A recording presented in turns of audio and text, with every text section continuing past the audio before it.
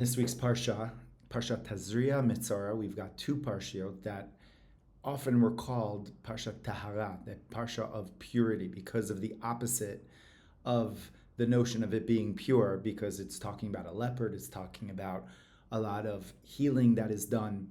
There's a number of very, very important points to take away for us in this generation, and specifically this time that we're living in. And that is Tazria is referred to as the energy of the Kohen.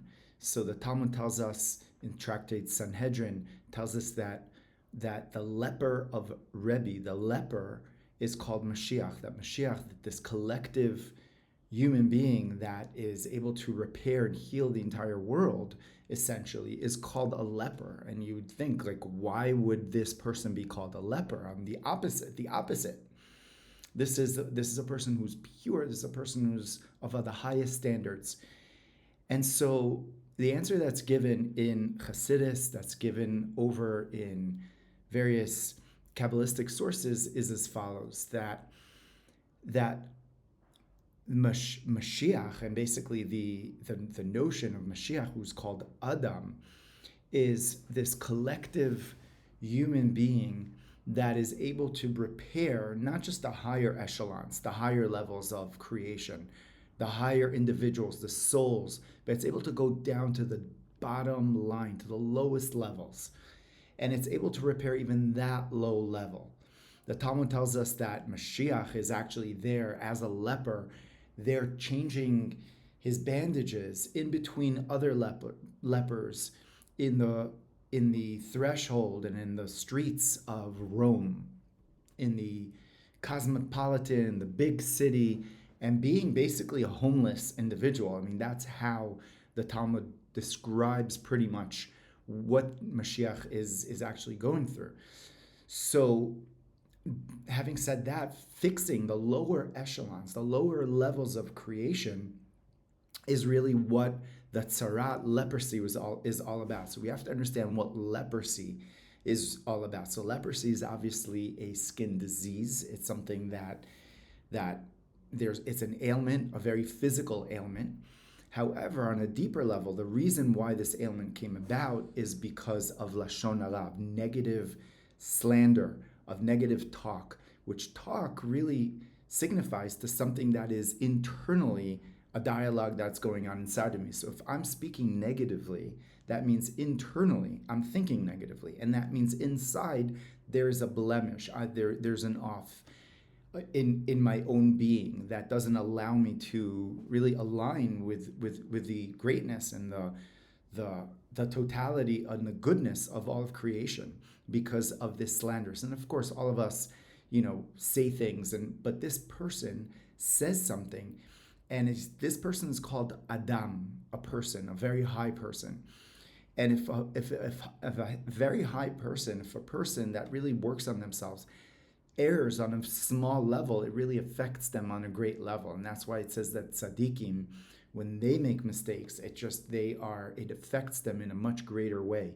So in the time of the temple is where we had this whole supernatural leprosy going on, where according to Kabbalah, it says that the lights, which are very high lights of chokhmah, of divine intelligence, are missing because of there's something off over there. So the very high lights, which are called oros de Abba, the lights of Abba are missing. And the light of Abba, Kabbalistically, and the light of Ima, which is Bina, go hand in hand. Our ability to speak, our ability to think really comes from Bina.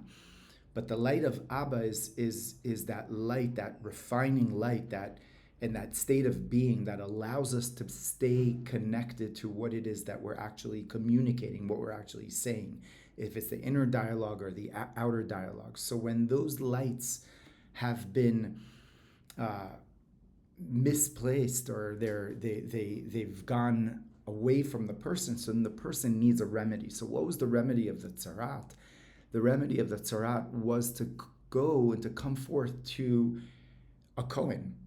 And it says in the Torah they should come to Aaron Kohen or one of his children, and up to the point that our sages tell us that even if he just comes up to a child who is a Kohen, and the child looks at what the ailment looks like, and there's parameters of what the ailment is, if it's a hair, or if it's what the size of it is. There's technicalities that are involved with identifying what the tzara'at is essentially. But then they have to come forth to the Kohen. They have to come forth to the healer. And if an adult Kohen is not there, so then you could go to even a child, because the whole idea of the healing properties of tzara'at comes from the realignment of the lights of Abba, the lights of these deep realignments that go very, very internal within the person. Well, that channel is drawn down by the Kohen, drawn down by the light, by the energy of the Aaron Kohen and the Kahuna dynasty. The Kohen dynasty is what allows creation, really. God within creation allows us to receive that energy of chesed, that energy of goodness that's there. So that right energy is the right energy of chachma, and it descends down into chesed, and descends down into netzach, and descends eventually down into what we call shalom, into peace, where everything comes together. All sides, all contradictions are intertwined. They're all as one.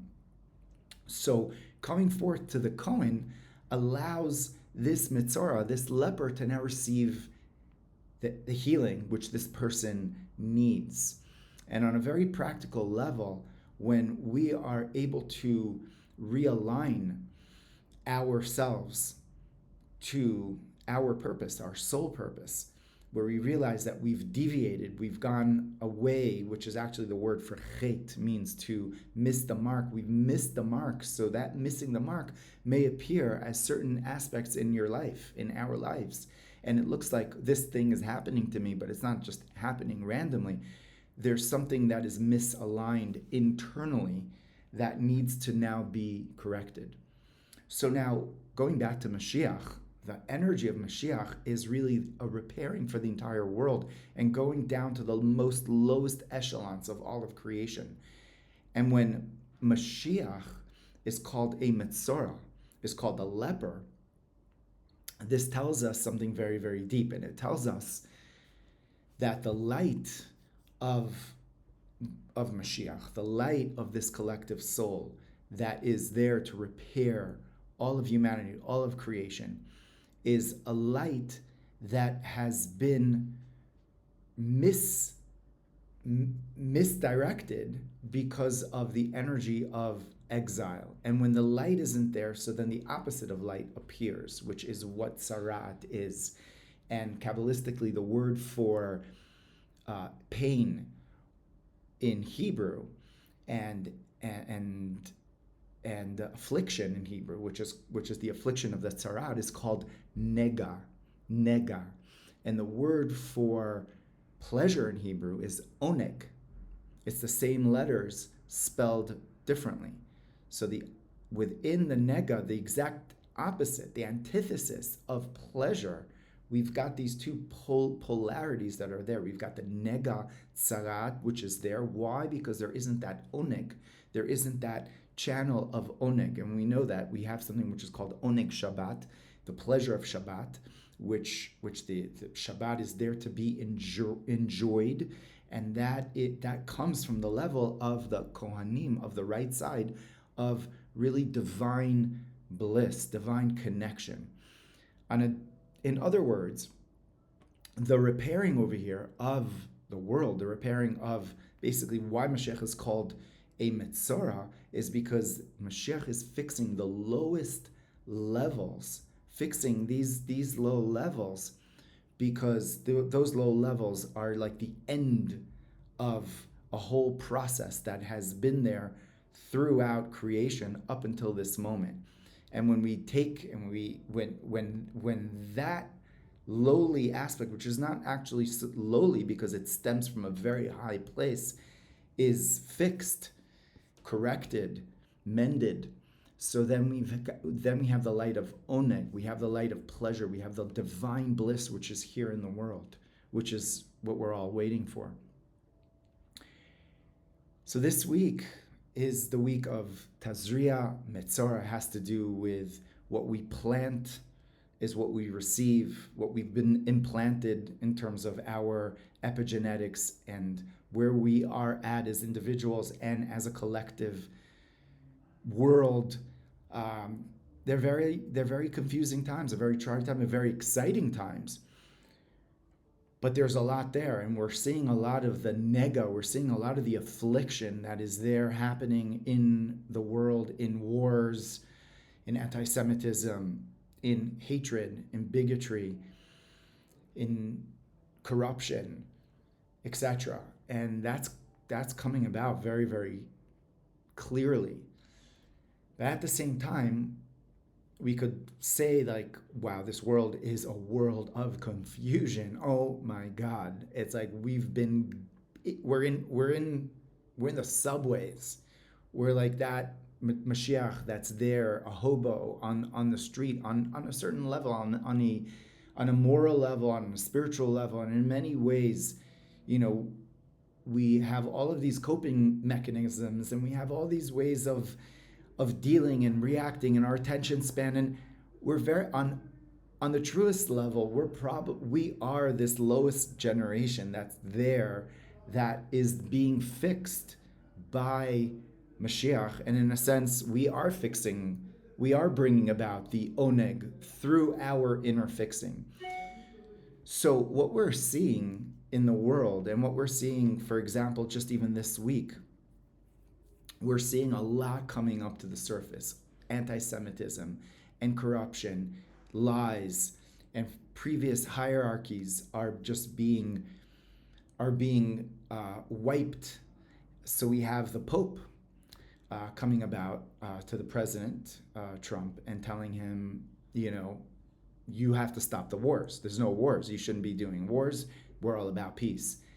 And President Trump, in his style, said very nonchalantly, he's like, I think the Pope should stick to his business and stop promoting liberal agendas. And where was he when 50,000 Iranians were killed?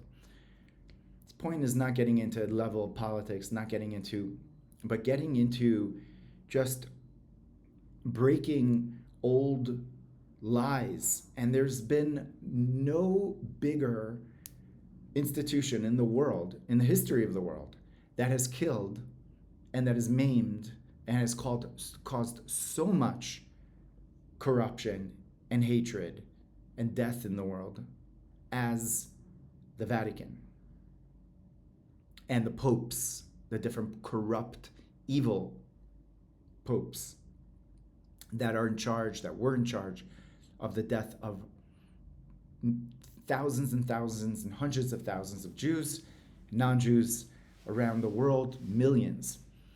And so when we look at this, we kind of look at the world, at the structure of the world, of what the morality is, that going back to Rome.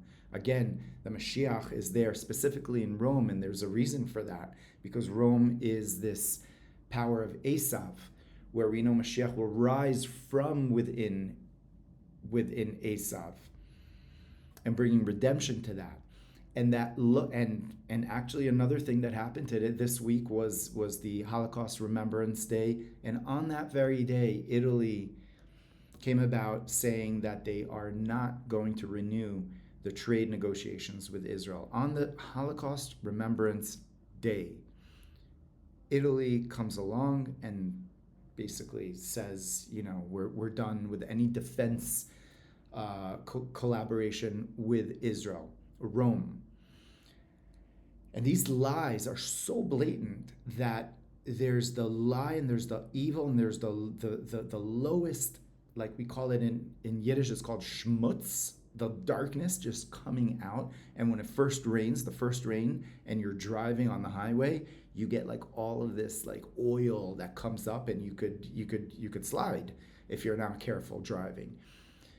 So all of this oil, all this schmutz is coming out, has been coming out in the world, like specifically since COVID, much more, and since October 7th, and this war that we're in here with Iran, far from over, and Hezbollah, and what is happening in the world, the current events that are happening in the world. And this is just the beginning, really, where we are seeing this blatant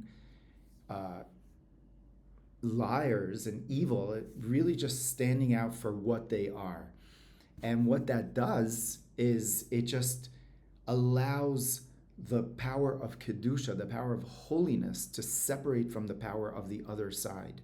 And that's the next couple of verses that we learn about in the Parshat Tazria. Talks about the circumcision. What is the circumcision?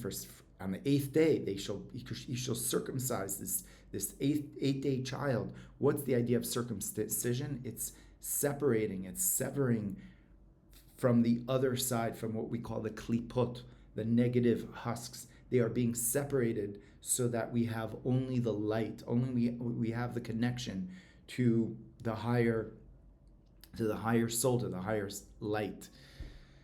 And so in the Parshat Tazria, we have the Metzorah. So what we're seeing in the world and what we're seeing around us is just more and more of this separation that is, we're seeing a lot of Nega, we're seeing a lot of this affliction. But on the other side, the flip side of that is Oneg, is the pleasure of the divine pleasure, the spiritual pleasure which is there, which comes down through the energy of the kahuna, of the Kohen, coming to Aaron HaKohen, which we are going to see when Mashiach comes, the avodah of the Kohanim in the temple. But up until then, we have the avodah of our inner Kohen, of each and every one of us, of the kahuna, that recognizing that when there's something missing in the world, it's saying that there's something missing in me, and what is it that I can bring more light to? How can I be more of this light warrior of being here in this time? How do I become this light warrior? What does it mean for me? How do I separate? How do I understand what I need to do and stay and stick to this mission, because it's going to get crazier? And we need to be connected to what it is, to our soul, to Torah, to the path that is going to guide us to be able to maximize what to do and how to utilize the teachings, the esoteric teachings, the deep teachings that are there, that are meant for this generation. That's what Rabbi Shimon Bar Yochai says, that the Zohar was great even for the previous generations, but it's for this generation, for right now, for me and for you, for all of us that are here in the world. How are we going to deal with all this darkness that is there? What is going on in the world? It's the Zohar. It's the Pnimiyut Torah. It's the inner aspects of Torah that allows us to now learn to transform. And so I'd like to invite you on a Light Warrior program on Live Kabbalah, and of course to continue to be in touch and to learn and to deepen your studies that you do on a daily level. And wishing you a Shabbat Shalom, and may we see blessings and peace for all of Israel and for each and every one of you.